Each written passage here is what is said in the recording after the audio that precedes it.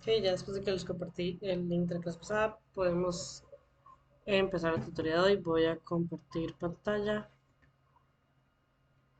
De hecho, también voy a encender la cámara, ya que hoy tengo una computadora que sí tiene cámara. Que se funciona, nada más así que voy a encender. Ahí está. Ok, entonces, voy a pasarme a la pestaña de los temas que vamos viendo.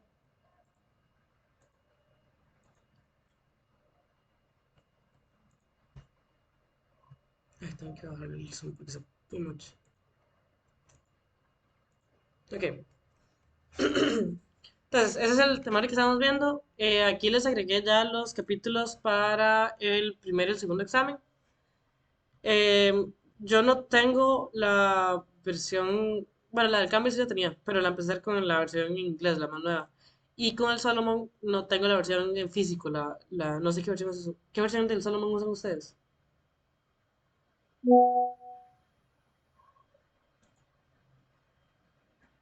¿Sabes?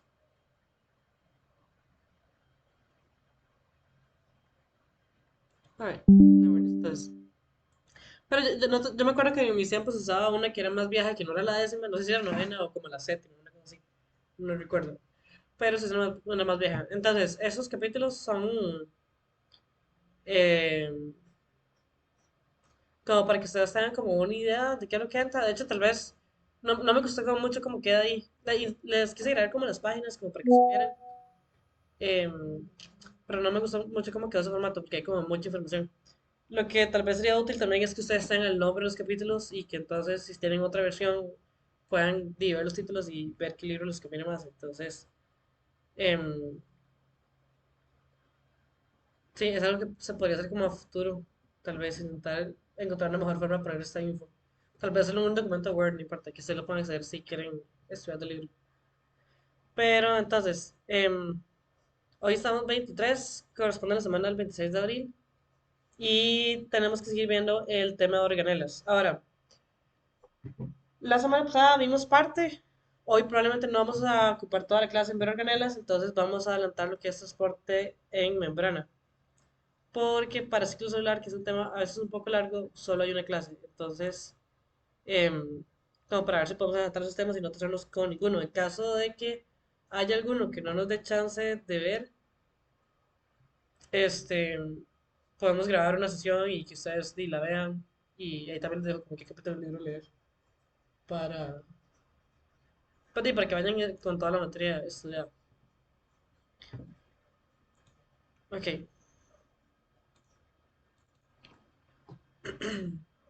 entonces voy a pasarme a la presentación de la cédula.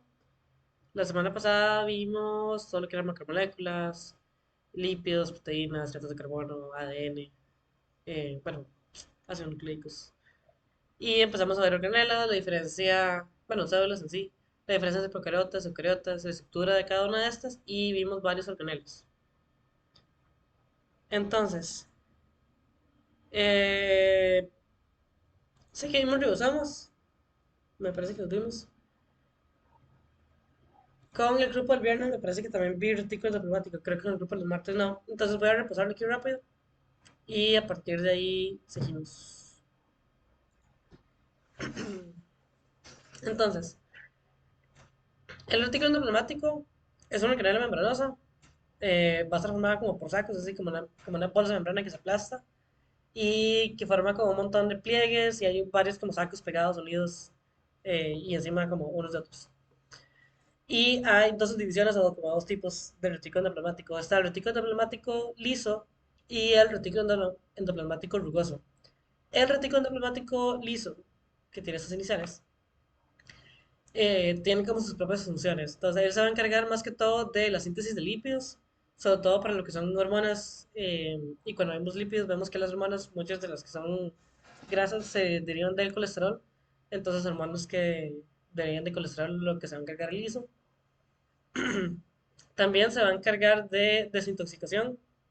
Entonces, cualquier químico que haya en el cuerpo, el ISO va a tener como varias enzimas que ayudan como a romper ciertas moléculas que son como extrañas y entonces va a ayudar como al metabolismo o a metabolizar estas sustancias. Entonces, por ejemplo, ciertos medicamentos, cierto, no sé, por ejemplo, el alcohol también, eso se va a procesar en el ISO.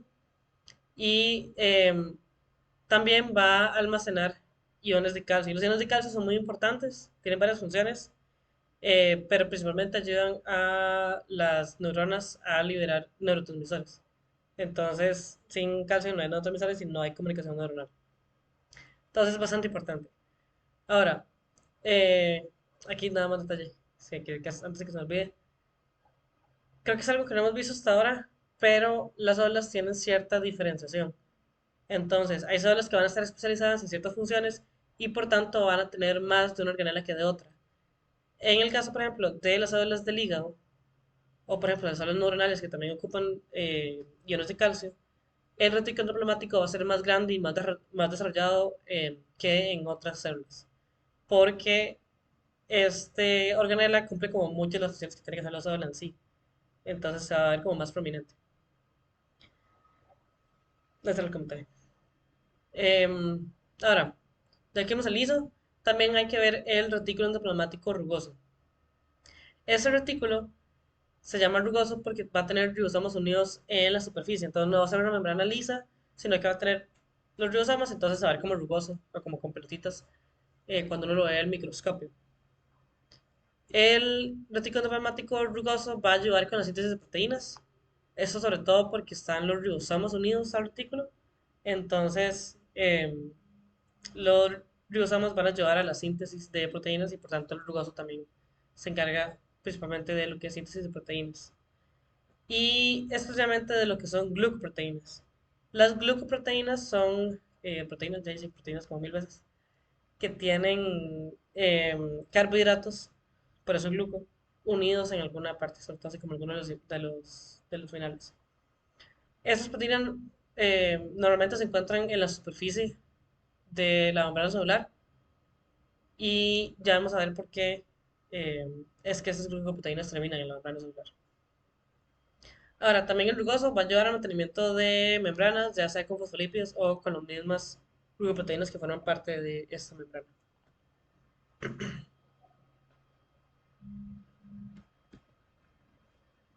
Ok, vamos a ver cierta canela y esta va a estar muy asociada a lo que es el retículo plasmático y esto es el aparato de Golgi. El aparato Golgi también tiene varios nombres, puede ser el complejo Golgi, puede ser nada más Golgi, también en algunos lugares se le dice dictiosoma, entonces sepa que en el examen pueden ir con varios nombres distintos. Y este va a ser similar, va a estar formado por mudas cisternas, que son sacos membranosos aplanados. Y lo que va a hacer el Golgi, la función que tiene es agarrar las proteínas que vienen del retículo endoplasmático, las va a llevar hacia él, las va a modificar, sobre todo lo que él va a recibir son glucoproteínas y les va a añadir polisacáridos, pues ya como azúcares más complejas, más largas. Y luego va a agarrar esas glucoproteínas, las va a meter en vesículas y las va a enviar a diferentes organelas. El Golgi tiene dos zonas, está el lado cis y el lado trans. El lado cis se refiere al lado que está hacia el mismo lado que el núcleo o que el retículo magmático y trans que se refiere como al otro lado va a estar más bien apuntando como hacia la membrana celular como externa y es como la que envía las proteínas y mientras el lado cis recibe. Entonces, el retículo endoplasmático y el Golgi están siempre en constante comunicación. Entonces, esta imagen que está aquí tiene varias organelas. Aquí está el núcleo, retículo endoplasmático liso y retículo endoplasmático rugoso. Todas estas con los circuitos azules son ribosomas y cada uno de esos ribosomas está sintetizando una proteína. Y cuando la sintetizan, va a terminar o dentro del retículo endoplasmático o en la membrana. Entonces, aquí una aclaración. Hay dos tipos de ribosomas: ribosomas de vía libre o ribosomas asociados al retículo. Entonces, los que son de vía libre andan en el citosol y lo que van a sintetizar es proteínas del citosol. Los ribosomas que terminan unidos al retículo endoplasmático lo que hacen es sintetizar proteínas que van o a atravesar una membrana o que van hacia alguna organela o que van a ser parte de una membrana. Entonces, el Golgi, eh, como dentro del Golgi o en la membrana del Golgi, se van a empezar a acumular estas proteínas, se van a enviar en vesículas, que son como pequeños como paquetitos de membrana. Estos paquetitos de membrana se van a mover hasta el Golgi los va a recibir, se va a como fusionar con esas proteínas, los va a ir modificando, puede hacerles algunos procesos químicos o puede simplemente moverlos. Y una vez que lleguen al final del Golgi, la idea es como que van como, las extrañas van como envejeciendo, como de esta primera se pasa a la segunda, luego aquí se queda un rato, luego pasa a la tercera. Y sí, cuando ya llega al final, entonces se va a enviar en una vesícula. En este caso, son proteínas que terminan fuera de la célula. Entonces van a ser como proteínas de una matriz extracelular, por ejemplo, puede ser colágeno, puede ser, el hueso no es una proteína, pero es algo que también se tiene que como excretar fuera de la célula. Entonces, es eso, como proteínas que no se ocupan dentro, sino como que en la superficie o alrededor de la célula. Entonces se van a como echar afuera. Y em, creo que ya escuché que alguien entró. Ok. Estamos explicando del retículo neumático y del Golgi. Entonces, muy rápido. El retículo neumático hay dos zonas, liso, rugoso. El retículo neumático rugoso tiene ribosomas, sintetiza proteínas que luego van al Golgi y el Golgi va como a dirigirlas o a direccionarlas. Entonces las va a enviar por medio de vesículas, puede ser a través de la membrana o también pueden ser proteínas que van a otra organela. Entonces las organelas, como por ejemplo la mitocondria o el cloroplasto o el núcleo, están rodeadas por una membrana. Entonces, para que las proteínas entren, tienen que ir por medio de vesículas. Entonces, el Golgi lo que va a hacer también es como, a veces se refiere como si fuera como un centro de correos. Es lo que se encarga es de ver qué proteína es y cómo dirigirla o mandarla a algún lugar. Entonces, agarra y la manda a la mitocondria, agarra y la manda al núcleo. Entonces, todas las proteínas que sean parte de la membrana o atraviesen una membrana, tienen que pasar por el Golgi. Entonces, todas las proteínas de otras organelas, todas las proteínas de la membrana, em, tanto membrana organelas como membrana celular. Y sí, básicamente, entonces el Golgi se encarga como de modificar y de dirigir esas proteínas hacia donde tienen que llegar.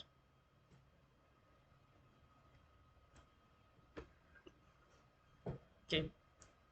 La siguiente organela son los lisosomas. Estos se encuentran sobre todo en células animales y son vesículas, es decir, paquetitos de membrana chiquitos. Y lo que tienen dentro son enzimas que hacen hidrólisis. Entonces, la hidrólisis, que es esta imagen que ven aquí, que de hecho esta flecha está mal, em, es un proceso químico en el que una molécula que es grande, que es larga, que está formada por varias unidades, se rompe en algún punto de unión. Entonces, lo que se hace es agregar una molécula de agua y una molécula que antes estaba así como completa, se parte en dos. Y la molécula de agua está aquí. Entonces, son estos dos hidrógenos y el oxígeno. Entonces, se llama hidrólisis porque involucra una molécula de agua, entonces hidro, y lisis, que tiene que ver con romper. Entonces agarra una molécula de agua para romper la proteína, entonces esto, o bueno, cualquier otra macromolécula, y por tanto esos lisis, entonces todo el proceso se llama hidrólisis. Ahora, las enzimas que hacen hidrólisis prefieren casi siempre un medio ácido. Entonces el lisosoma en su interior va a ser un medio muy, muy ácido. Entonces la idea de que exista el lisosoma es, uno, tener una vesícula aislada del resto de la célula que pueda mantener en su interior un medio muy ácido sin afectar al resto de proteínas que probablemente prefieren medios más neutros. Pero también que yo tengo un montón de enzimas que realizan hidrólisis y esas enzimas que realizan hidrólisis van a hacer hidrólisis de lo que se encuentren. Entonces los lisosomas van a tener en la superficie como interno de la membrana, del lado interno, eh, proteínas que son resistentes a estas enzimas que hacen hidrólisis y que protegen al lisosoma y al resto de la célula de la autodigestión. O sea, que no es como que una enzima que hace hidrólisis va a andar ahí suelta por el citosol y destruyendo todo lo que se encuentre, sino que van a estar como contenidas. Ahora, eh, los lisosomas se van a utilizar para cuando la célula quiere hacer fagocitosis y autofagia. Entonces, fagocitosis es, por ejemplo, un glóbulo blanco que quiere alimentarse de una bacteria o alguna partícula que se encontró en su medio. Entonces, la célula agarra, la rodea con su membrana y ahora dentro de la célula hay como un paquetito también rodeado de membrana, una vesícula, una vacuola, con Por ejemplo, una bacteria. Dame un segundo. Ya se está pasando una nota. Ok, entonces la célula agarra, se come un pedazo y entonces eso, como una bacteria, queda como encerrada dentro de la membrana. Entonces lo que va a hacer el lisosoma es que el lisosoma llega y se fusiona con la otra vacuola. Entonces ahora las enzimas que estaban dentro del lisosoma van a estar también dentro de esta nueva vacuola que tiene alguna partícula orgánica. Entonces van a empezar a digerir la partícula orgánica y la célula lo que puede hacer es em, empezar a agarrar las sustancias que se deriven de esa hidrólisis que le sirvan. O sea, por ejemplo, tal vez ahí, de ese proceso de descomponer la bacteria, obtiene algunas proteínas, algunos aminoácidos, algunos, no sé, iones de calcio, alguna cosa así. Y lo que no le sirve y lo que no quiere, entonces lo va después a botar fuera del célula. Y el otro proceso, que es autofagia, es cuando la célula tiene alguna organela, sobre todo organelas membranosas, que ya está muy vieja o que no está funcionando bien. Sobre todo esto ocurre con lo que son mitocondrias. Porque una mitocondria que no esté funcionando bien es muy peligrosa por las reacciones químicas que controla adentro.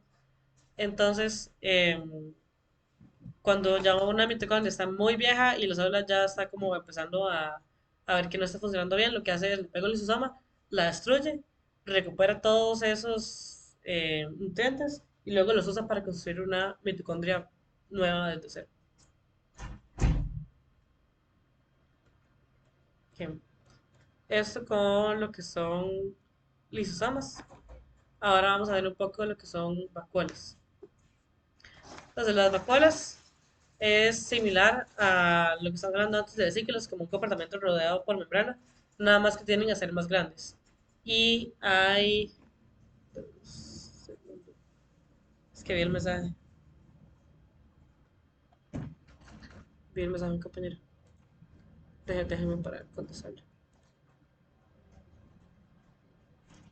Ah, bueno, ya lo vi. Alright. Ok. Las vacuolas es también rodeado por membrana y hay tres tipos: vacuolas alimentarias, vacuolas contráctiles y la vacuola central. Las vacuolas alimentarias es lo que estaba explicando antes de fagocitosis. La célula agarra, rodea una partícula orgánica y eso es lo que queda aquí rodeado por dentro, es una vacuola alimentaria. Y aquí, por ejemplo, está el proceso de que viene un lisosoma, se le pega, lo destruye y lo que se quiere se reabsorbe y lo que no se bota. Ahora, las vacuolas contráctiles no se encuentran en todos los organismos. De hecho, se suelen encontrar en lo que son eh, protozoarios. Entonces, los protozoarios eh,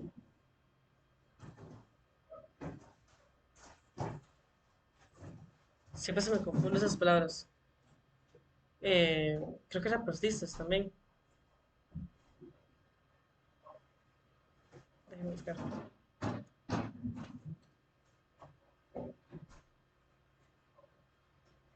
Sí, pero protistas es lo que quería decir. Entonces, los protistas son todos aquellos eucariotas que no son ni animales. Voy para mí. Ok. Cualquier cosa ahí les queda la reo para los que van llegando un poco más tarde, entonces pueden poner el día o pueden nada más revisar la presentación o leer del libro.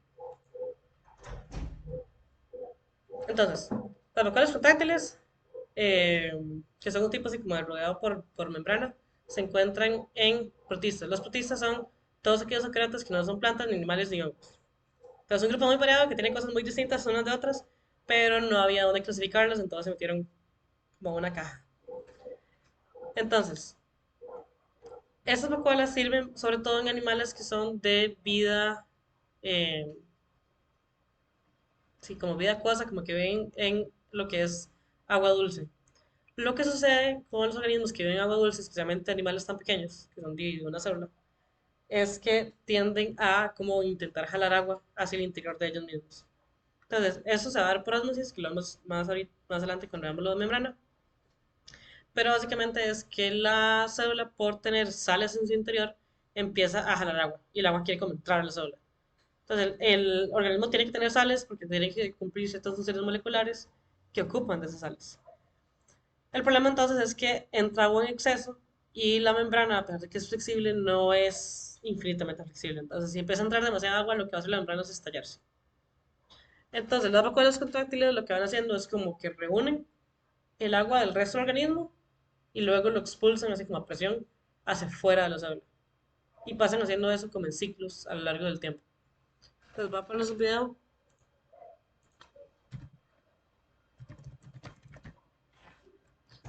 para que vean una vacuola contráctil en acción.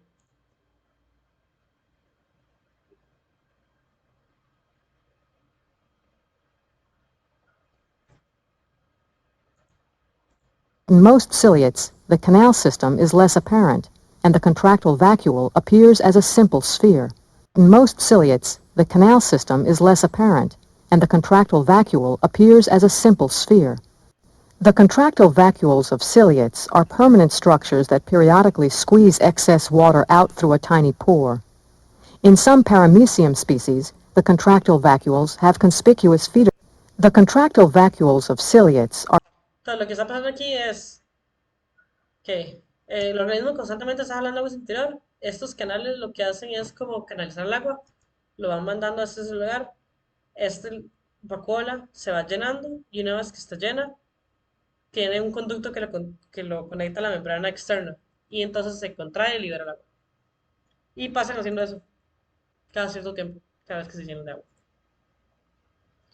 Entonces eso evita que la membrana se estire demasiado y que la célula se estalle.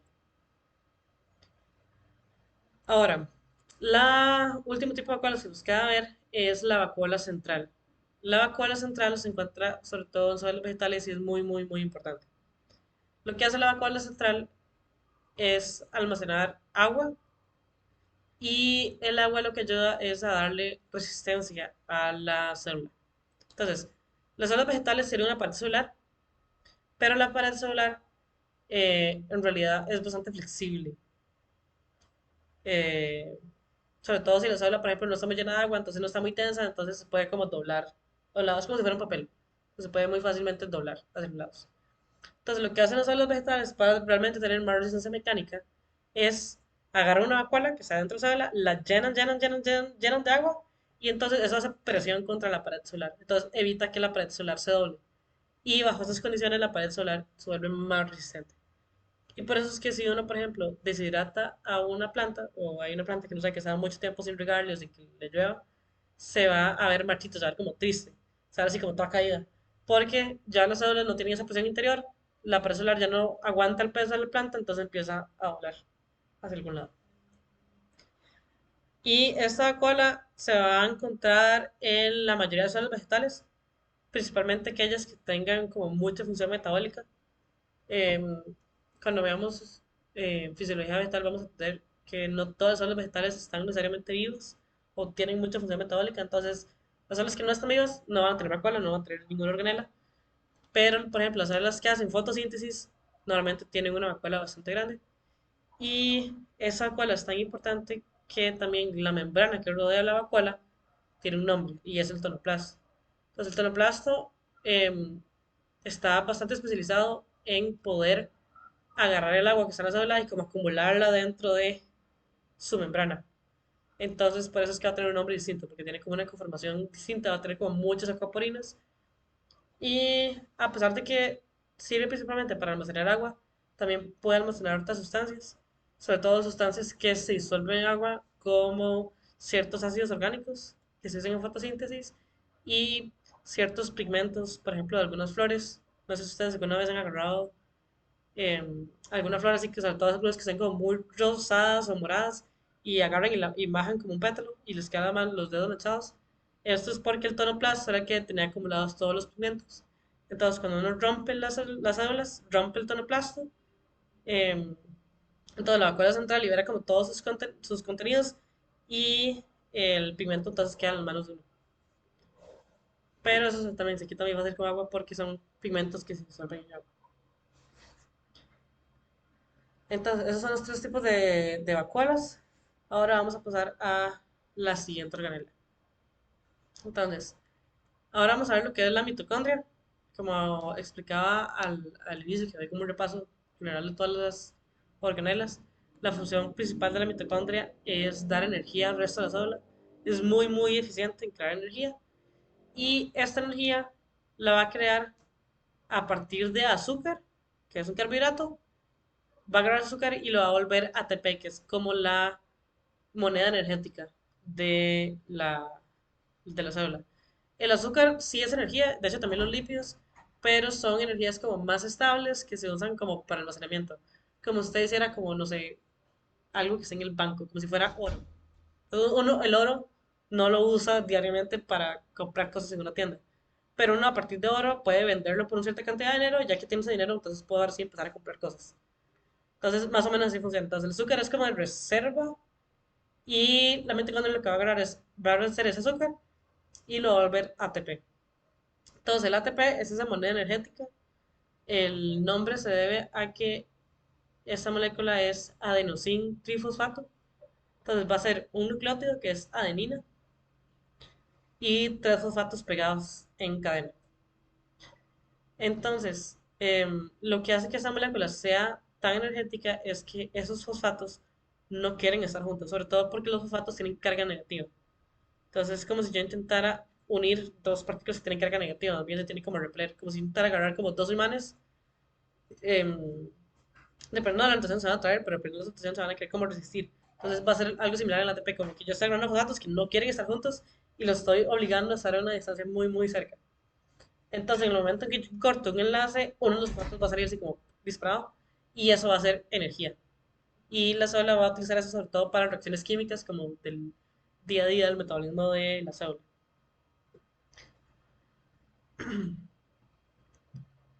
Ok.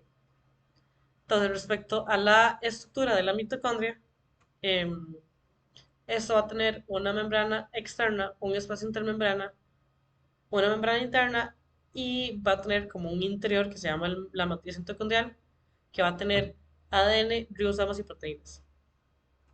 Ahora, aquí hay lo importante de si no conocen cuál es el origen de la mitocondria, por qué se tiene esa estructura tan rara, porque es que tiene ADN en el interior. Entonces, los eucariotas surgen por lo que se conoce como la teoría endosimbionte. Entonces, la teoría endosimbionte lo que dice es que eh, hay ciertos organelos, de hecho es posible que todos los organelos con membrana, pero principalmente la mitocondria y los cloroplastos, bueno, los plastidios que vamos a ver después, eh, sobre todo estos organelos, lo que se supone que ha pasado es que había una célula y había una bacteria, y esa célula de Gardy se come la bacteria. Entonces, como que le quiere hacer fagocitosis, pero por alguna razón como que no termina ese proceso. No descompone la bacteria. Y esa bacteria se queda como viviendo dentro de la célula y resulta que eso es una ventaja evolutiva eh, en el medio en el que vive esa célula y se empieza a reproducir más y se empieza a volver más compleja y así surgen los eucariotas. Entonces, la mitocondria originalmente era una bacteria y por eso tiene ADN sin un núcleo en su interior, tiene sus propios ribosomas, esos ribosomas hacen sus propias proteínas, no todas las que ocupa la mitocondria para sobrevivir, como que el núcleo quiere que la mitocondria sea dependiente del núcleo, entonces como que hay ciertas proteínas que solo el núcleo hace, pero aún así la mitocondria puede hacer algunas de sus proteínas y también por eso va a tener como una doble membrana. Entonces va a tener la membrana interna, que era como la bacteria, y una membrana externa, que es la que era la membrana celular originalmente. Entonces, esta membrana externa va a ser como una cápsula, como si fuera como una cápsula de una pastilla, como cilíndrico, redondito. Va a ser liso y no va a tener muchas funciones más que no dejar que pasen cosas para afuera y permitir el ingreso de ciertas proteínas. Y bueno, que salga la ATP, ¿verdad? Ok, después vamos a tener el espacio intermembrana y la membrana interna. La membrana interna, a diferencia de lo que es la membrana externa, va a tener como un montón de pliegues, va a ser súper irregular y la idea de esto es tener más área superficial. Entonces, si yo tengo una membrana que es lisa, yo tengo una cierta cantidad de área superficial, pero si yo le empiezo a agregar como pliegues, si intento recorrer la distancia que forman esos pliegues, va a ser mucho más. Entonces, la idea de eso es aumentar el área y el área superficial en la mitocondria, sobre todo la membrana interna, va a ser importante porque ahí es donde ocurren las reacciones para crear el ATP. Entonces la idea es que esta membrana interna sea lo más larga posible.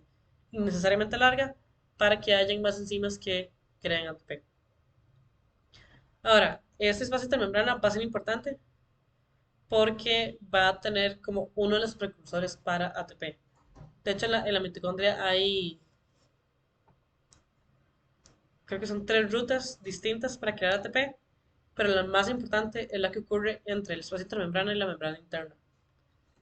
Eso creo que lo vamos a ver hasta quinto por las reacciones químicas que están involucradas, pero es un proceso bastante chido, la verdad. Es probable que lo hagan en el colegio. Y bueno, la matriz mitocondrial ya habría, es como el interior. También va a tener un montón de enzimas que están involucradas en el proceso entre crear azúcar y que esta energía llegue al espacio intermembrana. Y también crean su propia ATP, nada más que es menos cantidad que el resto del proceso.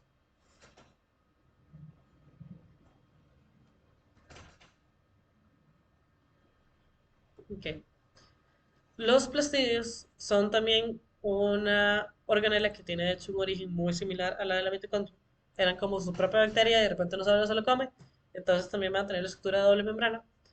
Solo que los plastidios solo están en células vegetales, nada más. Entonces, los plastidios van a hacer eso, espacio de membrana y van a ver, bueno, eso que van a tener dos membranas. Y van a haber varios tipos de plastidios. Entonces van a haber cloroplastos, que es los que normalmente uno conoce, van a haber amiloplastos y van a haber cromoplastos. Los voy a ver esos últimos dos porque son los menos interesantes. El amiloplasto lo que va a hacer es almacenar almidón. Entonces es como una bolsa de almacenamiento de almidón, no hace mucho. Eh, Sobre todo se encuentra en cosas como la papa o la yuca o el arroz o los granos, cosas que tengan como mucho almidón, como mucha harina. Va a tener un montón de aminoplastos. De hecho, uno los puede ver muy fácil en el microscopio. Se tiñen con igual, entonces son como moraditos de bonitos. Luego, de eso tenemos lo que son los cromoplastos. Los cromoplastos son un tipo de plastidio y lo que hacen los cromoplastos es almacenar pigmentos no solubles. Entonces voy a ir un toquecito a la imagen. Esta imagen es de un cromoplasto específicamente, pero va un poco la idea. Los plastidios, además de tener la membrana externa y la membrana interna, tienen otra serie de membranas y de hecho esas membranas también están como súper plegadas y forman como bolsitas por todo lado. Entonces, lo que pasa con esos cronoplastos es que tienen un montón de las membranas internas y lo que van a hacer es almacenar pigmentos no solubles en agua. Entonces, ahí debería aclarar eso. Entonces, pigmentos en agua se disuelven en la vacuola central. Pigmentos no solubles en agua se almacenan en los cronoplastos.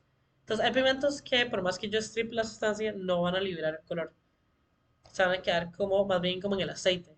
Entonces, cosas como el chile, por ejemplo, o la cáscara del tomate. Ese tipo de pigmentos son pigmentos no solubles en agua, entonces por más que yo strip la sustancia, no es como que me va a quedar el pigmento en las manos, sino que más bien se va a quedar en la estructura.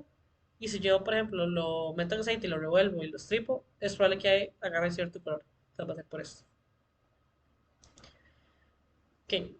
Los más importantes, comillas, de los plastidios son los cloroplastos. Y esto en general lo que le va a permitir es a la célula vegetal poder crear energía lumínica, poder convertir energía lumínica a lo que es azúcar.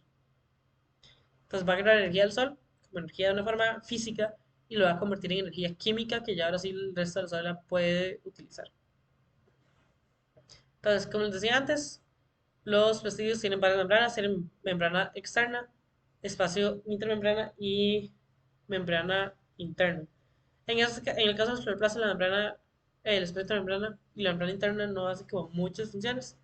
Lo más importante, sobre todo en cloroplastos, es la membrana tilacoidal y la luz del tilacoide. Entonces, la membrana tilacoidal es la membrana de esas estructuras de aquí y la luz del tilacoide va a ser el centro de esas estructuras. Entonces, esas estructuras, cada una de esas como bolsitas de membrana, se llama tilacoides y por eso membrana tilacoidal y luz del tilacoide. Y estos tilacoides se van a como apilar, como si fueran como torres de monedas, es el ejemplo que se me ponen, en una estructura que se llama grana. Entonces la grana es varios tilacoides juntos, apilados uno encima del otro, y nuevamente un cloroplasto está lleno de esos tilacoides. Entonces esta imagen no está muy llana para que se entienda, pero normalmente sí están como bastante saturados de tilacoides. Y el último espacio que me falta es el estroma. Entonces el estroma va a ser entre la membrana interna y la membrana del tilacoide. Y en el estroma va también a haber ADN, que es propio del plastidio. Va a haber ribosomas, que también hacen sus propias proteínas. Lo mismo que el strike anterior, hay proteínas que ocupa el cloroplasto, que solo el núcleo puede hacer. Y va a tener sus propias enzimas y va a ocurrir varias reacciones químicas.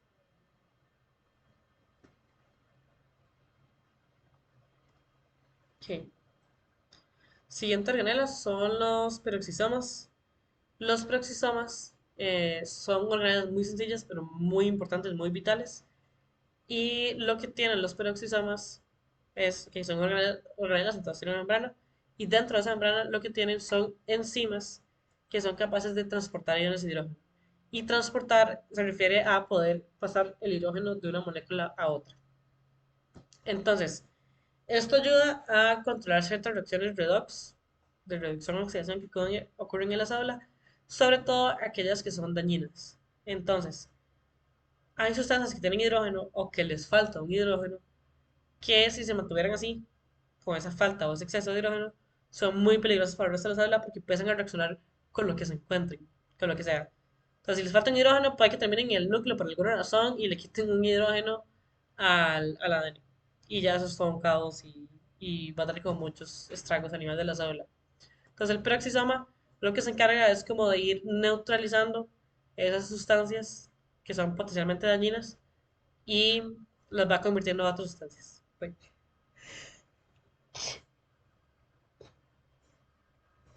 vaya, tenía que estornudar. Entonces, una molécula que se encarga de neutralizar es el peróxido de hidrógeno. Entonces, el peróxido de hidrógeno es muy reactivo con sustancias orgánicas. No sé si alguna vez han visto la reacción de agarrar peróxido de hidrógeno que está oxigenado y ponerle una gota de sangre y van a ver que empieza a hacer un montón de espuma y empieza a hacer así como reaccionar un montón porque empieza a destruir un montón de las moléculas que forman la célula. Entonces el peroxisoma lo que hace es, si se encuentra por de casualidad un peróxido de hidrógeno en la célula, lo que hace es neutralizar. Entonces, esta es la función que tiene en los células animales, no es tan vital, pero cumple algunas. En las células vegetales tiene otra función extra, y es que los peroxisomas se pueden especializar en lo que se conoce como glioxisomas. Y los glioxisomas ayudan al metabolismo de ácidos grasos.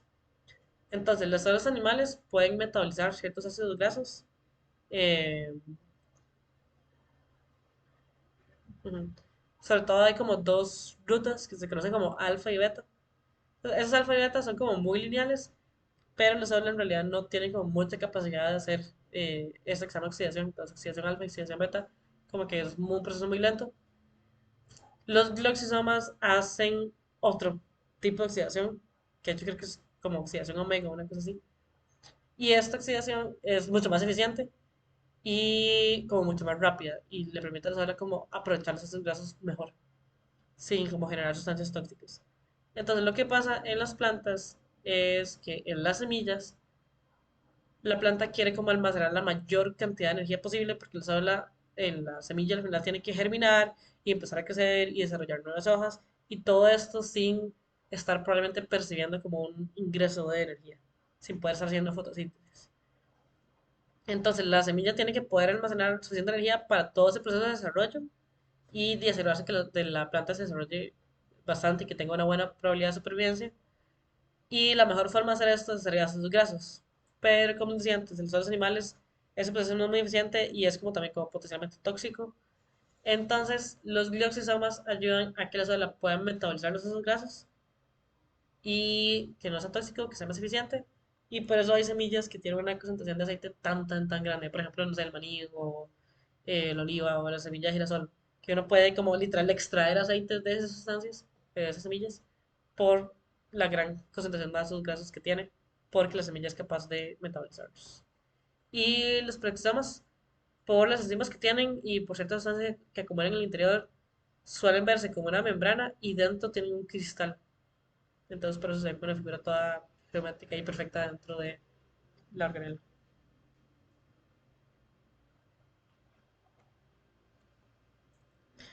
Ok, entonces siguiente organela que vamos a ver es el citoesqueleto. El citoesqueleto ya no es una organela con membrana. Esto va a estar formado más que todo por lo que son proteínas. Y lo que va a ayudar es a sostén y a movimiento. Entonces, sostén para agarrar la célula y darle estructura y que no se vaya a doblar o sufrir algún tipo de estrés mecánico. Le ayuda a dar como forma. Y también movimiento porque la célula ocupa mover cosas dentro de sí misma. Y el citoesqueleto va a ser como un riel sobre el cual se van a mover las cosas. Entonces, antes que estar hablando del aparato de Golgi, que como el Golgi agarra proteínas y las mete en vesículas y las manda a ciertos lados, em, el Golgi se va como a aprovechar el citoesqueleto para montar sobre como esos rieles los vesículos y que los vesículos se vayan sobre el riel. Entonces, del citoesqueleto hay tres tipos de eh, digamos como de filamentos. El citosqueleto está formado como una red de proteínas y otras cosas. Entonces, va a ser más que todo como filamentos, porque tienen como varios nombres. Entonces, van a estar los microfilamentos, los filamentos intermedios y los microtúbulos. Todos los microfilamentos, que son los más delgados, están formados de eh, actina, de actina. Y esta misión de que está aquí no es parte del microfilamento, pero es la proteína motora. Entonces, la actina va a ser el riel, la mucina es lo que se mueve sobre el riel. Y estos microfilamentos son los más delgados y son los que van a participar en lo que es la contracción muscular, en lo que es división celular, sobre todo porque tienen que mover la membrana. Y hay movimientos que también involucran la membrana, como lo que son los pseudópodos de las amebas. Si alguna vez han visto una ameba moverse, que es como que tiene partes de la membrana y luego lo recogen, eso todo tiene que ver con actina y microfilamentos. Y también van a llevar con algo que se conoce como corriente citoplasmática. Eso se ve en células vegetales. Y es que si uno agarra una célula vegetal y la pone en el microscopio, uno va a ver como que los cloroplastos dan como vueltas dentro de la célula. Y eso es gracias a los microfilamentos. Ahora, los filamentos intermedios van a ser más que todo anclajes, más que todo sostén, no va a tener como tanto movimiento. Y lo que hacen es como mantener las organelas en su lugar y también van a formar parte de la lámina nuclear. Entonces, lámina nuclear, lo vimos que lo vimos en el núcleo, pero básicamente es una capa de filamentos intermedios que está dentro de la membrana nuclear, como pegada a la membrana nuclear, y lo que hace es como darle esa forma circular al núcleo. Ahora, el última clasificación de citoesqueleto es los microtúbulos. Los microtúbulos están formados por tubulina. Tubulina es esto. Normalmente está formada por dos proteínas, entonces es tubulina como alfa y beta. Y sobre estos microtúbulos se van a mover dos proteínas, la dineína y la quinesina. Tiene dos proteínas motoras porque esas proteínas se mueven en diferentes direcciones. Entonces es como que los microtúbulos tengan un signo más y un menos, y la dineína se mueve de más a menos y la quinesina de menos a más. En el caso de la medicina, ella es bidireccional, se puede mover para cualquiera. En el caso del microtúbulo, sí va a tener una proteína para cada dirección. Y los microtúbulos, sobre todo, se van a encargar de movimiento. Y ya esto es un movimiento más a nivel macro. Entonces, movimiento de cilios y flagelos que van a ayudar a darle movilidad a la célula como tal. Y también movimiento de organelas y movimiento de los cromosomas durante el ciclo celular. Eso lo vemos más adelante. Entonces, esa es una imagen de cómo se ven cada uno de los tipos de citoesqueleto. Está el microfilamento, que es actina, filamento intermedio, que está formado por queratina, este se me olvidó decirlo, la composición, y luego el microtúbulo, que está formado por tubulina. Entonces, si uno ve una sola cerca de la membrana, casi siempre lo primero que uno se va a encontrar son microfilamentos, que son estos anaranjados. Entonces, cerca de la membrana, microfilamentos, casi siempre. de actina, porque ellos se encargan de mover la membrana, entonces tiene que estar ahí. Luego de eso yo puedo ver filamentos intermedios que van a formar como una red y que van a estar allí como sosteniendo ciertas sustancias. Y luego esos microtúbulos. Y los microtúbulos entonces también como tienen proteínas motoras se van a encargar de llevar ciertas vesículas de un lugar a otro del célula o almacenarlo en algún lugar. Aquí otra cosa que podemos notar es que está esta estructura de aquí y esa estructura va a permitir hacer uniones de una célula a otra. Y no solo de una célula a otra, sino que también es como que tiene mucha conexión con el citoesqueleto. Todo lo que permite es como conectar un citoesqueleto con otro y que las células estén como bastante unidas y bastante pegadas y que tengan como esa conexión de citoesqueleto. Entonces, esas uniones se vuelven como difíciles de romper y también ayudan a pasar ciertos estímulos mecánicos. Creo que sí, dije todo lo mismo. Ok. Entonces, de citoesqueleto ya vimos filamentos intermedios, microfilamentos, microtúbulos. Ahora vamos a ver como especializaciones en ciertas estructuras del citoesqueleto. Entonces, el citoesqueleto se puede especializar en lo que son centrosomas y lo que son cilios y flagelos. Entonces, un centrosoma, eso es una organela como en sí, pero que está formada de citoesqueleto, que también es como su propia organela. Eh, el centrosoma va a ser un grupo de microtúbulos que se encuentran cerca del núcleo. Entonces, se van a encontrar cerca del núcleo para cuando la célula tenga que hacer una división celular porque los microtúbulos se encargan del movimiento de cromosomas. Entonces van a ser microtúbulos cerca del núcleo y se va a conocer como centro organizador de microtúbulos. Entonces no solo está formado por microtúbulos el mismo, sino que también a partir del centrosoma es donde surgen el resto de microtúbulos para empezar a mover los cromosomas. Esto es posible porque los microtúbulos están en constante armar y desarmarse. Entonces los microfilamentos y filamentos intermedios son bastante estables, están aquí queditos. En los microtúbulos es muy fácil unirles y quitarles una unidad de tubulina. Entonces, de hecho, esto puede ocurrir así como aleatoriamente, sin necesidad de una enzima. Nada más ocurre, entonces, a partir de un microtubulo es muy fácil que yo saque otro microtubulo en otra dirección. Entonces, la idea es que estos centrosomas como que van a ayudar a que a partir de ellos surjan el resto de microtúbulos y los va a organizar, les va a dar como un lugar a partir del cual originarse y hacia el cual retornar ya cuando empiezan a llevarse los cromosomas. Entonces, en los otros animales, estos centrosomas se van a conocer entonces como centriolos. Entonces, estos son como la organela. Y los centriolos van a tener una configuración de 9 tripletes. Entonces, van a tener una configuración de 9 por 3. La configuración 9 por 3 es esta imagen de aquí a la derecha. Entonces, son grupos de 3. Vea que todos son tríos de microtúbulos pegados de una parte a la otra.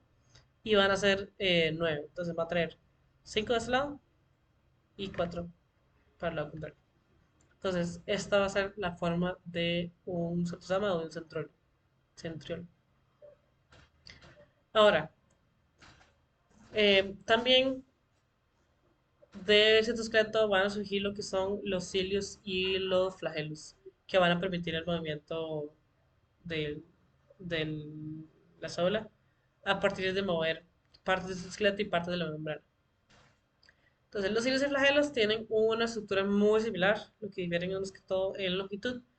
Y la estructura que ellos tienen interna es que al puro inicio, o sea, cuando se empiezan a originar así como dentro del célula, va a haber un cuerpo basal que va a tener la misma configuración de 9 por 3. Y ya cuando se empiezan a alejar, como hacia la membrana celular, hacia el exterior de la célula, van a tener una distribución de 9 más 2.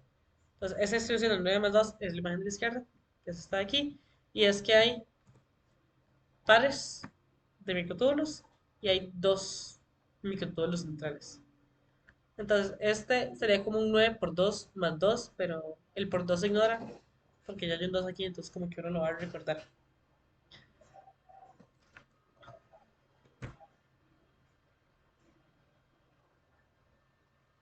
Sí. Entonces, lo que va a pasar con los cilios y los flagelos es que ellos para generar movimiento en la célula lo que hacen es como doblar la membrana y van a funcionar como un tipo de hélice.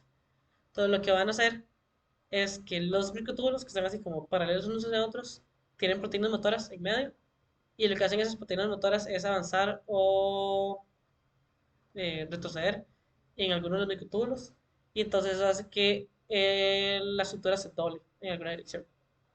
Entonces, si hace eso lo suficientemente rítmico, empieza a formar como hélices o clochos o ondas de adelante para atrás. Y entonces los flagelos más que todo van a ser como hélices, los cilios van a ser como movimiento más como adelante para atrás. No, no, es un movimiento no simétrico, por cierto. Em, y lo que van a hacer estos dos tipos de movimientos es ayudar a que el sol se pueda mover hacia adelante. Ahora, de el citosqueleto, si quería como poner un video de cómo se ven las proteínas motoras sobre el citosqueleto.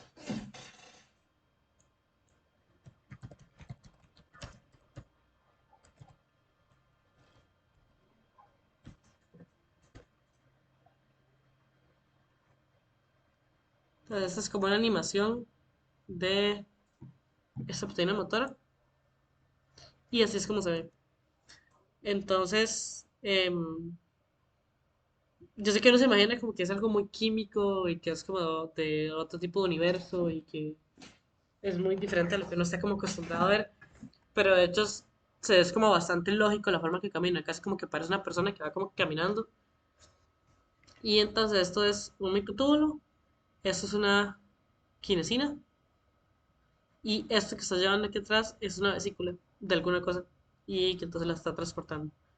Entonces estas partes como azules que se ven son los fosfolípidos y estas partes que sobresalen pueden ser colesterol o pueden ser también ciertas proteínas de membrana, como las glucoproteínas que estábamos mencionando antes del retículo endoplasmático.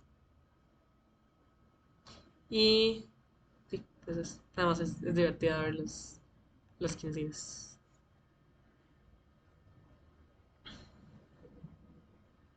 Ok,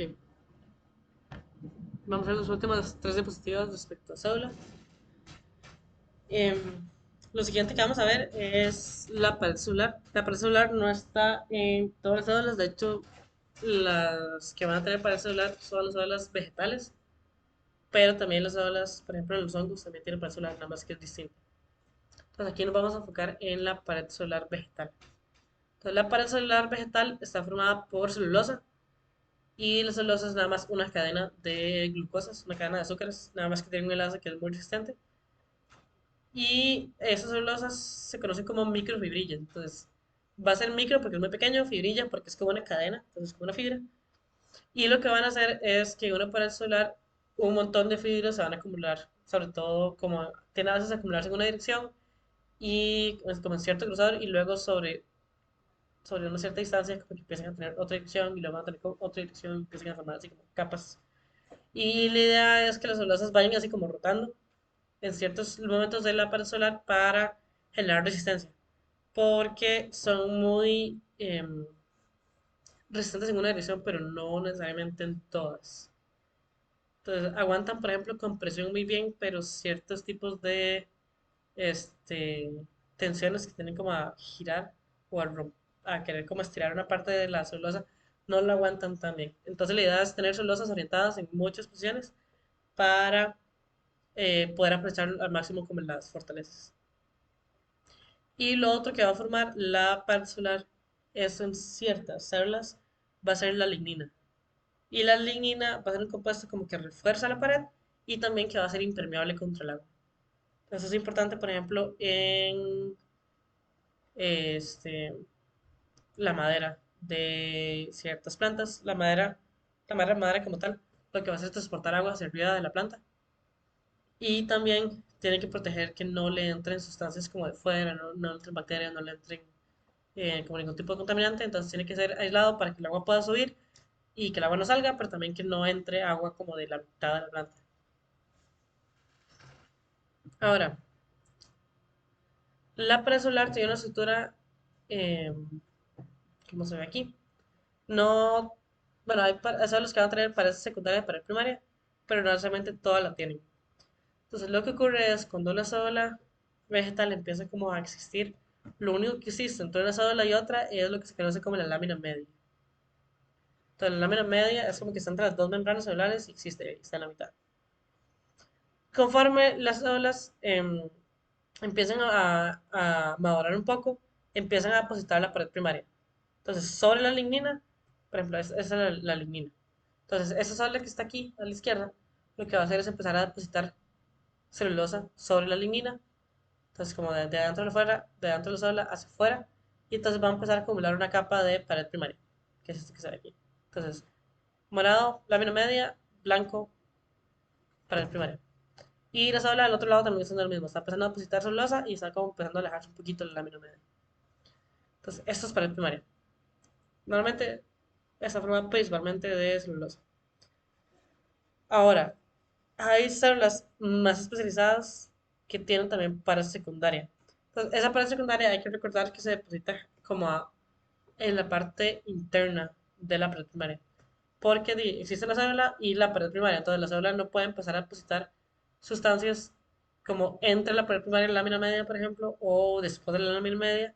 Entonces, lo que va a hacer es sobre la pared primaria, aquí está la lámina media, entonces sobre la pared primaria que está como por aquí, empieza a depositar una pared secundaria. Y al empezar a depositar una pared secundaria, el citosol de la célula empieza a tener menos espacio y empieza a desaparecer. Entonces, células que tienen pared secundaria son células más especializadas y normalmente células que no tienen tanto metabolismo porque tienen que sacrificar volumen celular por tener esa pared secundaria.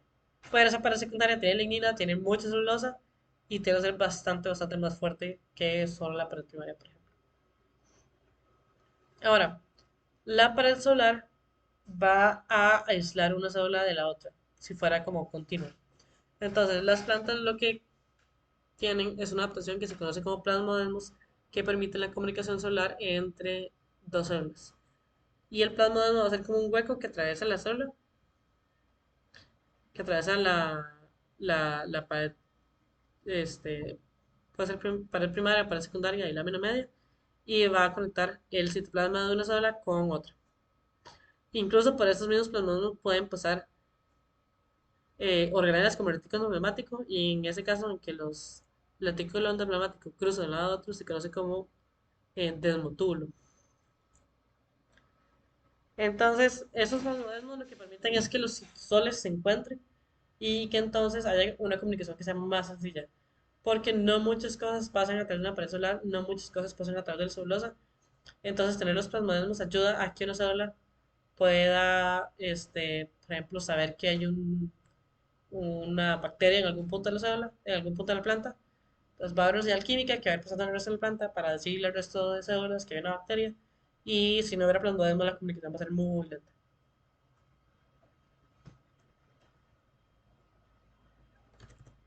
Sorry. Ok. Ahora, las células animales no tienen pared celular como tienen las plantas, pero sí suelen tener lo que se conoce como una matriz extracelular. Entonces, esta matriz extracelular está formada por glucoproteínas que están fuera de la célula, o sea que las células se secretan hacia el exterior y les da como un medio a las células para que ellas empiecen a crecer. Entonces, hay células, por ejemplo, que no crecen y que no se reproducen, no se dividen, si no están en una matriz extracelular. Normalmente, esa matriz extracelular puede tener colágeno, puede tener proteoglucanos y puede tener fibronectina. Entonces, esas proteínas van a ser como bastante ramificadas y lo que van a llevar es similar a lo que se hace en la celulosa, como estar como en redes y dar resistencia. Lo mismo van a hacer estas matrices. No todas las células van a tener una matriz de misma composición o mismo grosor. Hay células que probablemente van a tener nula o muy poca matriz celular, mientras hay células, por ejemplo las de la piel, que van a tener mucha matriz extracelular, porque esa matriz lo que le va a dar es resistencia a estímulos mecánicos, que no pueda jalar la piel y que la piel no se, como se parta, si no se abra. Mucho se debe a la matriz extracelular. Ahora, esa matriz extracelular también se puede utilizar para compartir señales químicas y mecánicas. Entonces, lo que va a pasar es que la matriz se va a unir a las proteínas que se conocen como integrinas, que son estas que están aquí, y esas integrinas se unen al citosqueleto. Entonces, si hay un estímulo mecánico por fuera que afecta a la matriz, eso también va a afectar al citosqueleto. Entonces, la sensibilidad de la piel, la presión, por ejemplo, tiene que ver con esta matriz. Entonces, la matriz se está viendo deformada porque hay una fuerza externa, esos comunica esos estreses al citosqueleto y su citosqueleto de ciertas células que son sensores va a medir ese estímulo y va a decir, ah, es que hay una presión en tal y tal lugar. Okay. Y ya lo último acerca de célula es las uniones intercelulares. Entonces ya hablamos de los plasmódenos, que son las uniones intercelulares de las plantas. Las células animales también tienen sus propias uniones intercelulares. Entonces van a haber uniones estrechas, van a haber desmosomas y van a haber uniones en hendidura. Entonces, uniones estrechas es como lo que se ve aquí. Entonces, es como que el citosqueleto se une a ciertas partes de la membrana y dos zonas se unen entre sí. Y van a estar como muy, muy, muy, muy, muy cerca. Tanto que entonces van a impedir, por ejemplo, el paso de sustancias, incluso el paso de agua o el paso de aire. No van a dejar que como nada pase a través. Y esto va a ser en ciertos lugares del cuerpo, por ejemplo, la piel, ciertos epitelios, también, por ejemplo, los intestinos que tienen que eh, como tomar muy conscientemente qué nutrientes están aprovechando de la comida y qué toxinas o qué sustancias no están dejando pasar. Entonces van a haber muchas uniones estrechas que eviten que entren sustancias al cuerpo que no se quieren. Los desmosomas van a ser uniones en anclaje que unen el citosqueleto. Ese también se puede usar como un desmosoma. Esos pueden ir, por ejemplo, a la matriz celular. Y entonces estas uniones, matriz integrinas y citosqueleto, son también desmosomas.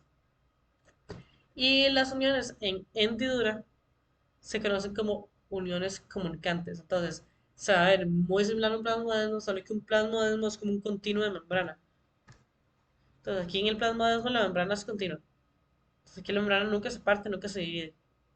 Entonces, en realidad no hay como una diferenciación de qué es membrana de la célula uno y qué es membrana de la célula 2. En el caso de las uniones en hendidura, van a haber proteínas que unen membranas entre sí, hacen como si fuera un círculo, unen una membrana con otra, pero lo que hay intermedio entre esas membranas son esas proteínas. Les voy a poner un ejemplo.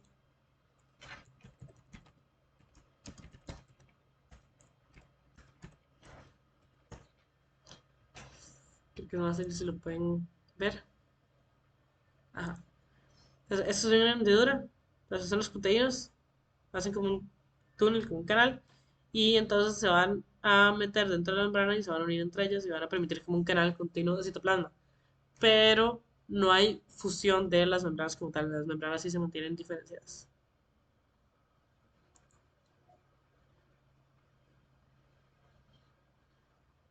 Ok. Entonces, eso es con el tema de células y lo que eran organelas. Vamos a ver también un poco de lo que es estructura y función de la membrana. Esto es tema de la próxima semana, pero es para ir adelantando un poquito.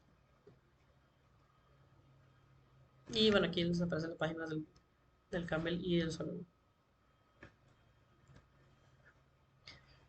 Entonces, las membranas biológicas siguen lo que se conoce como un modelo de mosaico fluido y están formados por fosfolípidos y un cierto porcentaje de lo que es colesterol y proteínas. Entonces, el modelo de mosaico fluido lo que quiere decir es que la membrana no es algo rígido, no es como una pared de ladrillos que uno construye y se queda así estática, sino que lo que está diciendo es que los fosfolípidos hacen como un mural, como una superficie, pero los fosfolípidos pueden moverse y rotar de posición. Entonces, los fosfolípidos se pueden mover, lo que no pueden hacer es crear como huecos. Entonces, la membrana siempre va a ser continua, solo que los fosfolípidos se pueden mover. De hecho, no sé si estaban viendo antes que, bueno, creo que no. En el video que te puse de los proteínas motoras de la tinosina moviendo una vesícula, se veía cómo la membrana ondulaba y las proteínas de los fosfolípidos se iban moviendo. Entonces, este tipo de cosas suceden normalmente y tiene toda una forma de cómo lo descubrieron, pero ahora sabemos que eso es cierto. Entonces, los fosfolípidos que forman la membrana, entonces van a ser un tipo de grasa, lípido, van a tener un fosfato, un grupo fosfato que es cargado, que se disuelve en agua, un alcohol y luego una cadena de un ácido graso que no se disuelve en agua y por tanto van a tener un comportamiento anfipático. Entonces la mitad se disuelve en agua y la mitad no. Y entonces van a tener a formar estructuras así, donde las colas o las partes que se disuelven en grasa tienen que estar como disueltas entre ellas, como en contacto unos con otros, y las cabezas van a estar como hacia fuera, hacia donde están los espacios con un medio acuoso. En el caso de la membrana biológica específicamente, siempre va a ser una bicapa, siempre va a ser como fosfolípido, grasa, grasa, fosfolípido.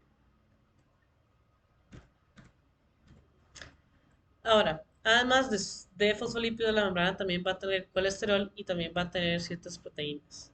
Entonces, el colesterol ayuda con la fluidez de la membrana a que no se vuelva demasiado fluido si aumenta la temperatura y a que no pierda demasiada fluidez si la temperatura es muy baja. Entonces, le ayuda como a mantener un rango más estable.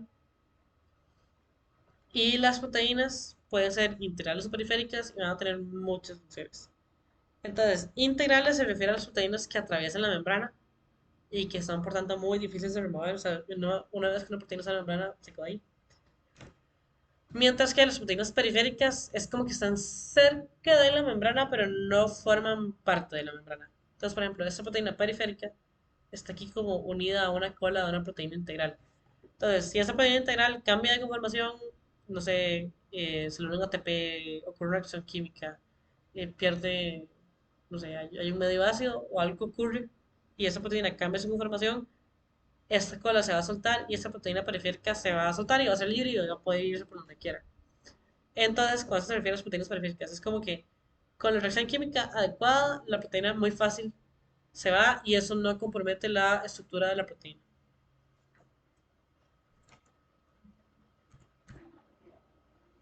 Y sí, creo que son dos. Entonces, así es como se va a ver la membrana, la bicapa, estas partitas amarillas de aquí se supone que son colesterol, andan ahí como distribuidos más o menos en la membrana. Y están las proteínas integrales que atraviesan, que normalmente son glucoproteínas. Entonces tienen como una cadena de carbohidratos, además de una cadena de aminoácidos. Y las proteínas periféricas. Algo que no dije. Ahí las proteínas pueden tener muchas funciones. Pueden, por ejemplo, ser proteínas de señalización. Entonces, sobre todo eso en animales es importante porque va a haber un sistema inmune y el sistema inmune tiene que ser capaz de reconocer las células del cuerpo que son propias y las células extrañas que no pertenecen al cuerpo. Entonces, las células animales van a tener como un marcador que dice, ah, sí, yo pertenezco a tal cuerpo. Y entonces lo que hace el sistema inmune es entrenarse en reconocer esas células del cuerpo y reconocer todo lo que no sea célula del cuerpo y destruir. Van a ver también proteínas que lo que hacen es causar reacciones químicas. Entonces, por ejemplo, pueden haber proteínas de membrana que hacen hidrólisis de proteínas, eso ocurre en el intestino, o puede ser enzimas que producen ATP o que rompen ATP o que generan AMP, que es un tipo específico de la ruta metabólica de descomposición del ATP. Entonces, pueden hacer como reacciones químicas, sea en la parte externa de la célula o en la parte interna.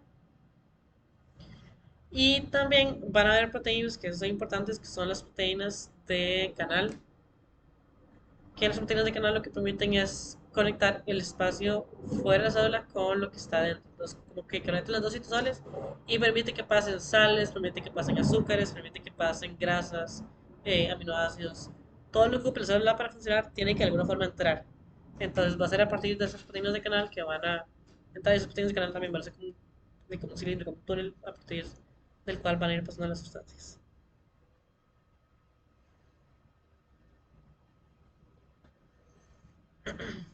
Entonces, respecto a las proteínas de la membrana, estas no llegan a la membrana de así como de casualidad, por puro chance, sino que van a ser sintetizadas de una forma muy específica. Sorry. Entonces, lo que ocurre eh, es el proceso que está aquí. Es un ribosoma, el ribosoma empieza a crear una proteína, la proteína tiene una secuencia de señal que es reconocida por el retículo plasmático. Entonces el ribosoma se acerca al retículo plasmático, el retículo plasmático como que lo captura, empieza a generar la proteína dentro del retículo plasmático y entonces puede ocurrir dos cosas, o que la proteína entre dentro del retículo o que la proteína literal se pase a estar en media membrana. Entonces esto va a ser una proteína de membrana, puede que sea de membrana celular o de la membrana de alguna organela. Y esa lista que ven aquí son de las funciones que tienen las proteínas. De hecho, algunas transportan a través de la membrana, pueden funcionar como enzimas para hacer reacciones químicas, pueden funcionar para transducción de señales. Esto es muy similar a hacer enzimas, nada más que responden como cierto estímulo. Entonces, por ejemplo, reciben alguna hormona y causan alguna reacción química ya después de haber recibido esa señal. De reconocimiento intercelular, lo que hacían los animales, y de las uniones intercelulares y también a la matriz extracelular.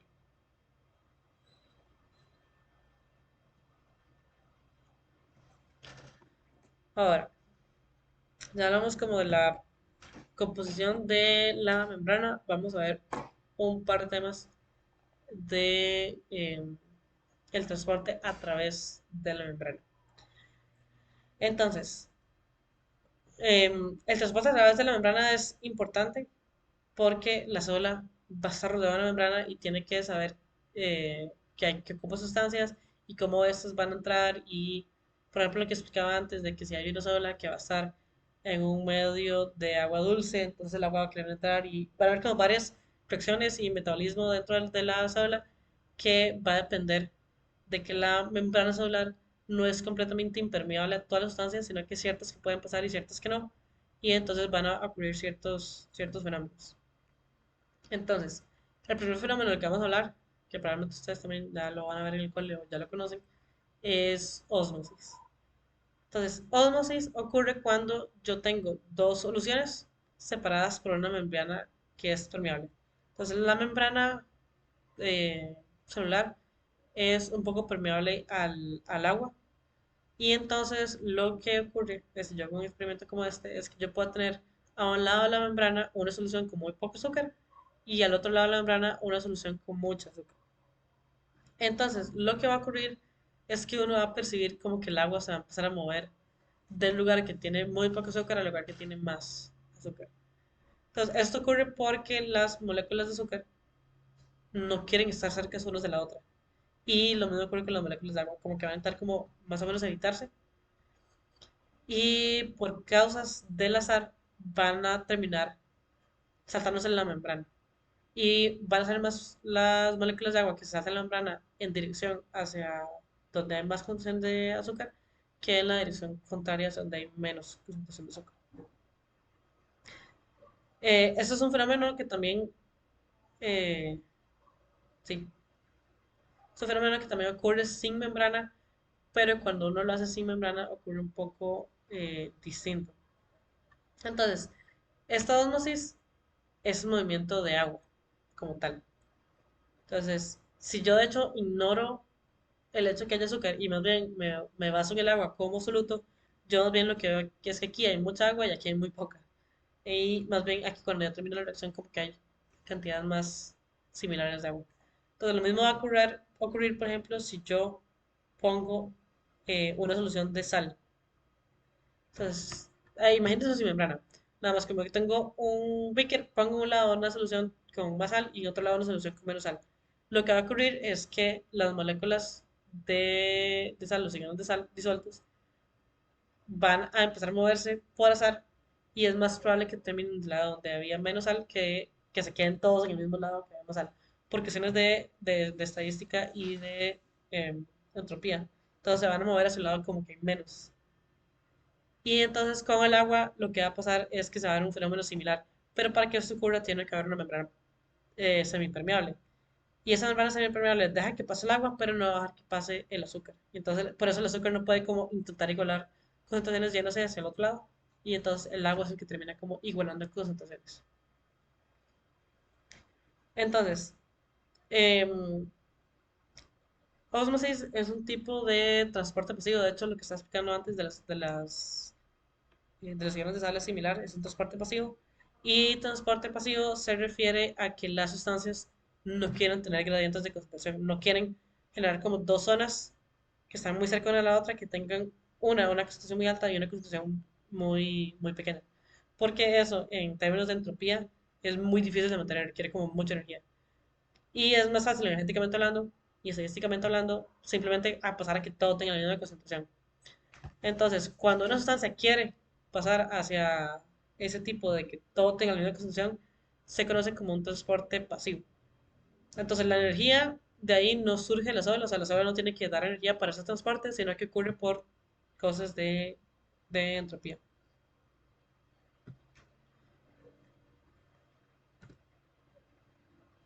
Y ahí está, me devuelvo esto. Bueno, creo que bueno, no es. Entonces, para eso específicamente la parte de ósmosis. Entonces, ósmosis es un proceso que va a estar pasando continuamente en una célula y lo que va a pasar es que entonces la membrana solar va a ser la membrana semipermeable y el interior de la célula va a tener una concentración determinada, tal vez ya no de azúcares, pero sino de absolutos en general.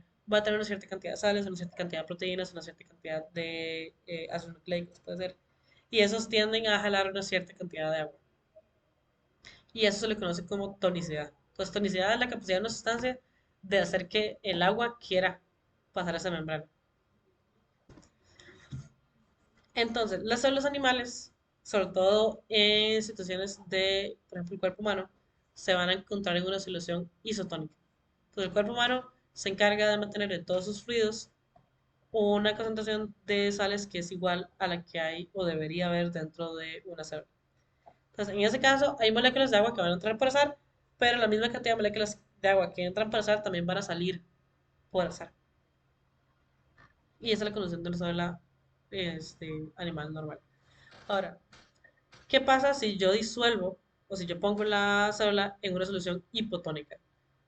Entonces, que la solución sea hipotónica, hipo tiene que ver con menos, tónico tiene que ver con tonicidad, y entonces lo que se refiere a esto es que el agua que rodea la célula tiene menos sales, menos solutos que la célula y tiende a jalar menos el agua.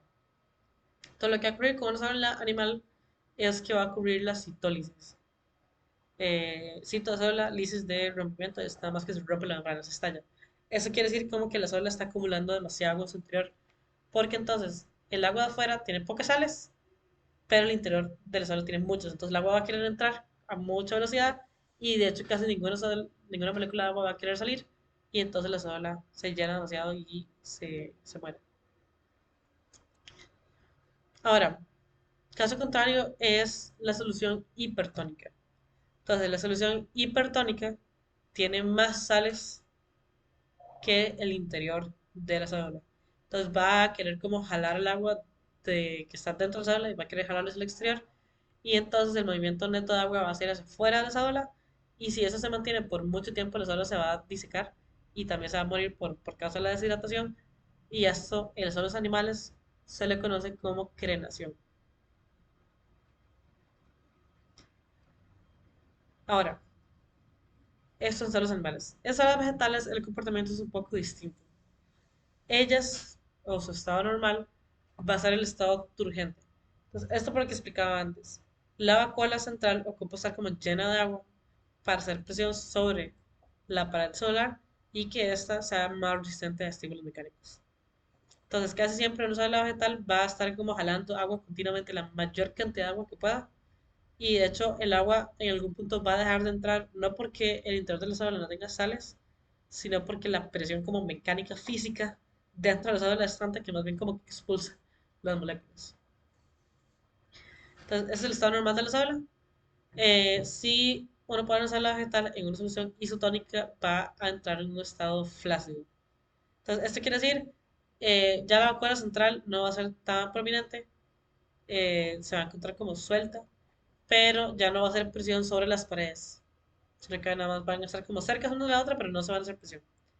Y entonces la parte solar va a tener como cierto grado de flexibilidad, entonces por eso se va a ver flácido. Eso es cuando uno ve una planta que se ve marchita. Y el último concepto de aquí es si yo pongo una planta, una sola vegetal, en una solución hipertónica. Entonces, solución hipertónica jala muchísima agua y va a generar ya no clonación, sino plasmólisis. Y esto es que entonces la célula pierde tanta agua que ya la membrana ni siquiera puede mantenerse alrededor de la pared, sino que se empieza a despegar en ciertos lugares y genera como esa estructura. Y esto de aquí a la derecha es de las vacuolas contráctiles.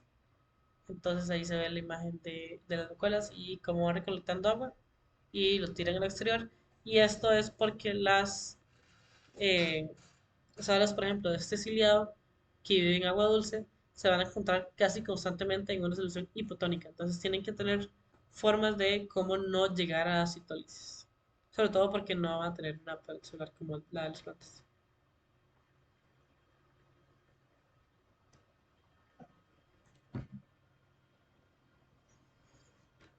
Ok, entonces, eso que estamos viendo ahorita era transporte pasivo.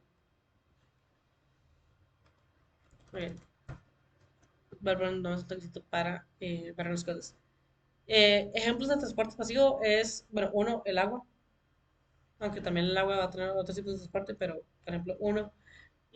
También, por ejemplo, los gases, por ejemplo, oxígeno, dióxido de carbono, ciertas sales en ciertos momentos también van a tener un transporte pasivo.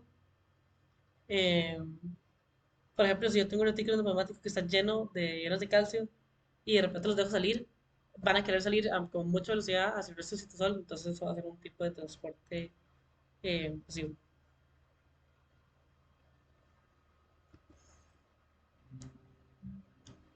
La difusión facilitada se refiere a cuando hay una proteína como que divide la membrana celular y hace como un canal para que alguna sustancia pueda pasar más fácil.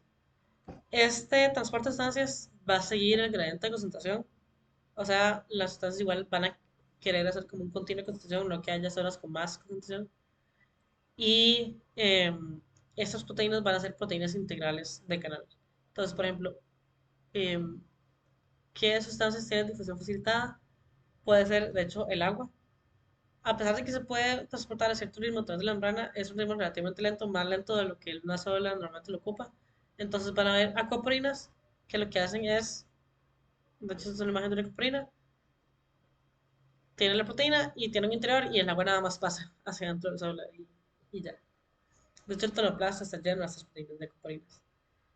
Y otros, por ejemplo, pueden ser canales iónicos. De nuevo, hay iones que tienden a querer atravesar la membrana, sobre todo siguiendo el gradiente de concentración, pero a veces tienen demasiada carga y por tanto a la parte interior de la membrana celular que está formada de grasas que no son no cargadas, no les gusta mucho que pasen los iones. Entonces a veces para acelerar el ritmo, entonces van a haber también canales iónicos que permiten el paso de sustancias. Y de hecho esos canales, ahora que me acuerdo, tienden a veces a tener carga internamente para atraer a ciertos iones eh, o atraer a ciertos moléculas separadas. Entonces en este caso es agua, entonces tiene carga positiva, eso no importa mucho. El agua siempre va a tener carga, entonces siempre se va a mover. Pero, por ejemplo, si yo quiero que entre iones de sodio, entonces el ion sodio tiene una carga positiva, entonces aquí en el interior yo no puedo tener una carga positiva porque entonces va a como a repeler el sodio, entonces tiene que tener una carga opuesta. Y por estas cargas, a veces hay canales iónicos que son especializados. Hay canales iónicos que solo sirven para calcio o que solo sirven para sodio y no para calcio. A pesar de que ambos tengan carga positiva, el sodio va a tener una carga uno más y el calcio va a tener una carga 2 más. Entonces va a ser el comportamiento distinto.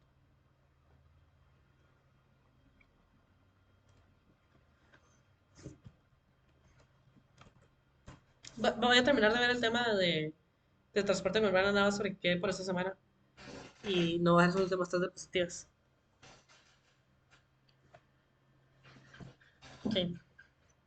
Entonces después tenemos lo que es el transporte activo. Entonces ya en ese transporte activo va a ser activo porque el solar va a gastar energía para que ese transporte ocurra.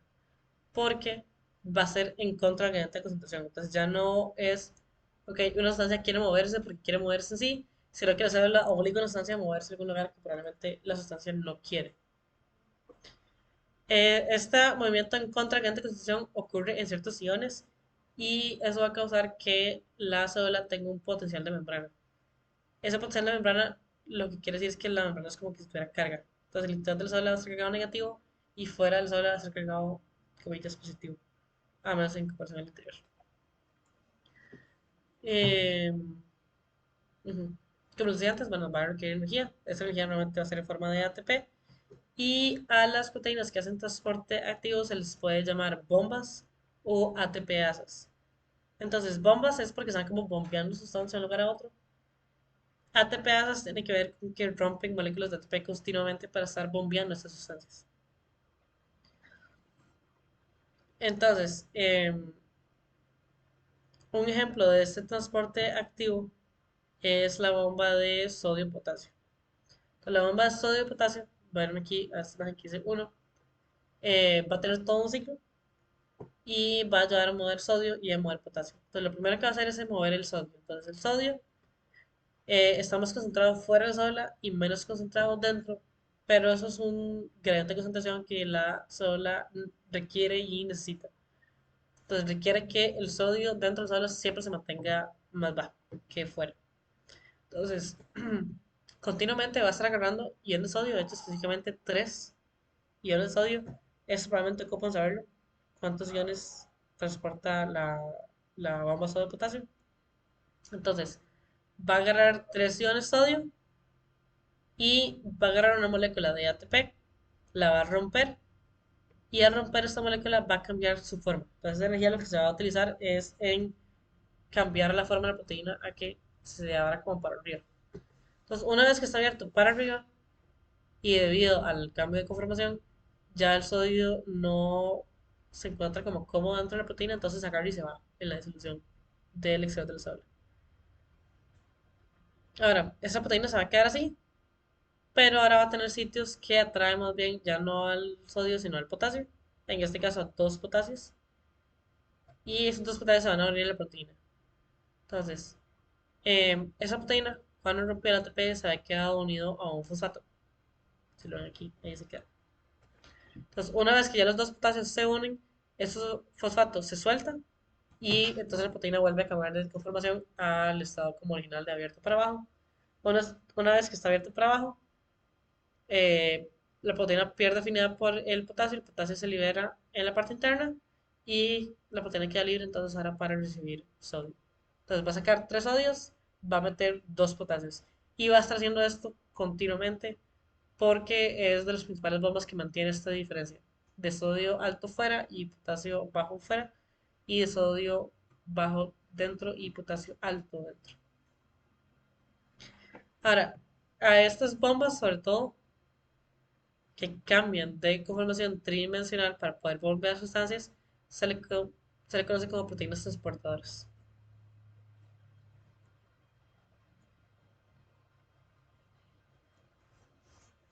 Ahora, también existe algo que se conoce como el cotransporte. Esto ya no se refiere como a una proteína en específico, sino como a un método en general. Y en el cotransporte, lo que va a suceder es que yo voy a tener dos sustancias.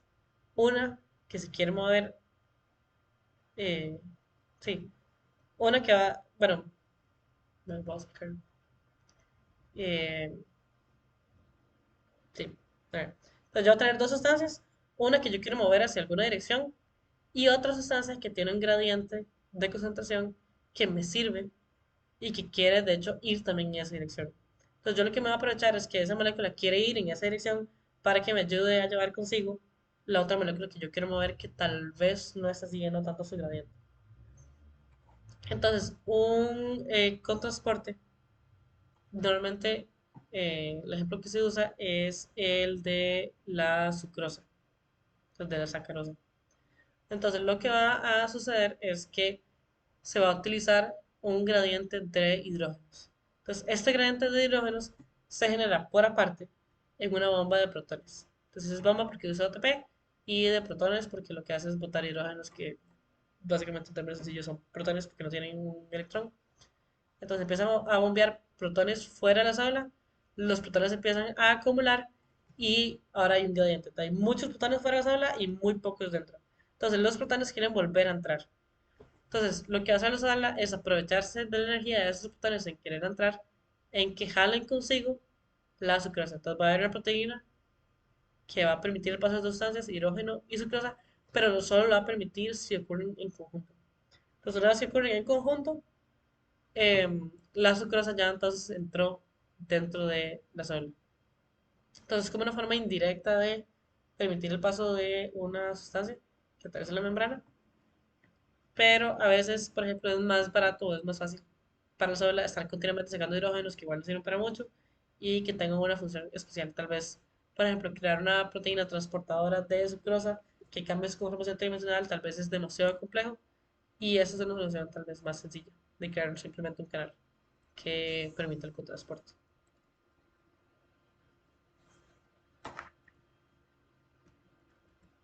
Ok. Y lo último que vamos a ver por hoy es el transporte masivo. Entonces, el transporte masivo hay dos tipos. Y bueno, masivo se refiere a que grandes porciones sí, grandes porciones de la membrana se van a mover. Entonces, va a haber exocitosis y endocitosis. Entonces, exocitosis es cuando yo quiero sacar cosas de la célula y endocitosis es cuando yo quiero meter cosas dentro de la célula. Entonces, exocitosis puede ocurrir, por ejemplo, en el Golgi, cuando hay vesículas de proteínas que son de membrana o de proteínas que son para fuera de la membrana. Entonces, lo que va a ocurrir es, voy a poner la imagen que yo tenía para el Golgi.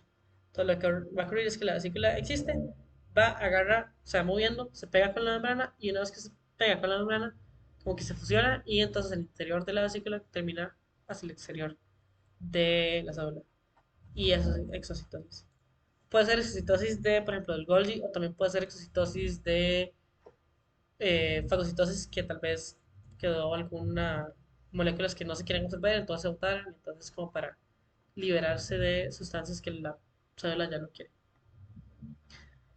Y para esa exocitosis se va a basar en la función de membranas, que es lo que explicaba ahorita. Entonces viene la vesícula, se topa con la membrana y cuando dos membranas se tienen que topar, se tienen como a fusionar, entonces como que se abren y ya se forman como un continuo y entonces libera la parte que está dentro de la vesícula hacia fuera del célula. En el caso de lo que es endocitosis, va a haber varios tipos. Va a estar lo que es fagocitosis, pinocitosis y endocitosis mediada por receptor. Fagocitosis es cuando la célula se quiere comer una partícula orgánica que es sólida y normalmente es grande. Entonces la célula lo que hace es como rodearla con membrana y formar una cola donde está contenido ese material orgánico dentro de la célula y ahí le pone un lisosoma o le puede, no sé, de alguna otra forma aprovechar el material que había o destruirlo, por ejemplo, en el caso de los glóbulos blancos que nada más agarran, destruyen la bacteria y ya, chao. El otro tipo de endocitosis es la pinocitosis. Pinocitosis es cuando la célula lo que quiere incorporar ya no es un sólido, sino que es un líquido. Entonces la célula va como a existir y de repente va a ser como irradiar una parte del líquido externo de la célula. Puede ser que la célula quiera ciertas sales o ciertas sustancias o agua en sí. Y una vez que ya está dentro de la célula, también se absorbe lo que se quiere absorber, lo que no, entonces se va a botar por medio de exocitosis. Y la endocitosis mediada por receptor es como mucho más específica, mucho más especializada. Entonces van a haber zonas específicas de la membrana que tienen unos receptores. Los receptores lo que pasa es que se van uniendo a una cierta sustancia. Son sustancias normalmente que son como poco comunes en el exterior de la célula y que la célula ocupa en gran cantidad. Entonces, tiene unos receptores específicos para que busquen esa sustancia. Y una vez que esos receptores se van llenando de la sustancia que ocupa, entonces va a ser como una fagocitosis. Bueno, como si fuera una pinocitosis casi. Y va como a rodear los receptores y va entonces a reabsorber los receptores y va a reabsorber la sustancia que andaba buscando. Entonces voy a poner una imagen de cómo se ve exocitosis y endocitosis.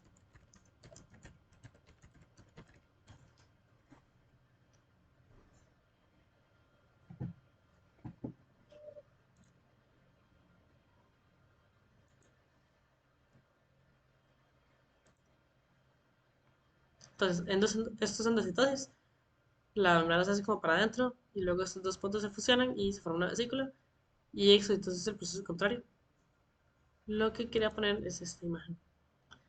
Entonces, va a haber tres tipos de endocitosis: cuando hay fagocitosis para una materia orgánica sólida, cuando hay pinocitosis para un líquido, o cuando hay endocitosis selectiva o este, mediada por receptores, que van a haber receptores que se unen a una cierta molécula. En este caso se unen a las estrellas amarillas y entonces, una vez que estos receptores empiecen a llenar, la membrana así hace la vesícula, hace la cola y lo absorbe. Y ya después puede entonces reabsorber, por ejemplo, estas sustancias y volver a mandar a los receptores hacia afuera. Sí. Entonces, esto era lo último respecto a membrana. No sé si les queda alguna duda o pregunta. Yo creo que está bien. Ok. Y entonces sería por hoy. Y... Ok. Bueno, nos vemos. Entonces, eso por hoy. Bueno, chao. Chao.